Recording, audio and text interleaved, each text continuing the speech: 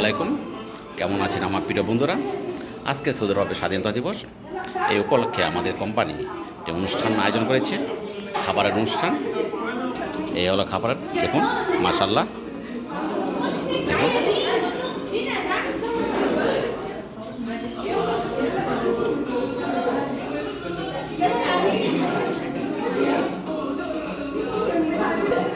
সবাই ভালো থাকবেন, সবার শরীরে দোয়া করবেন।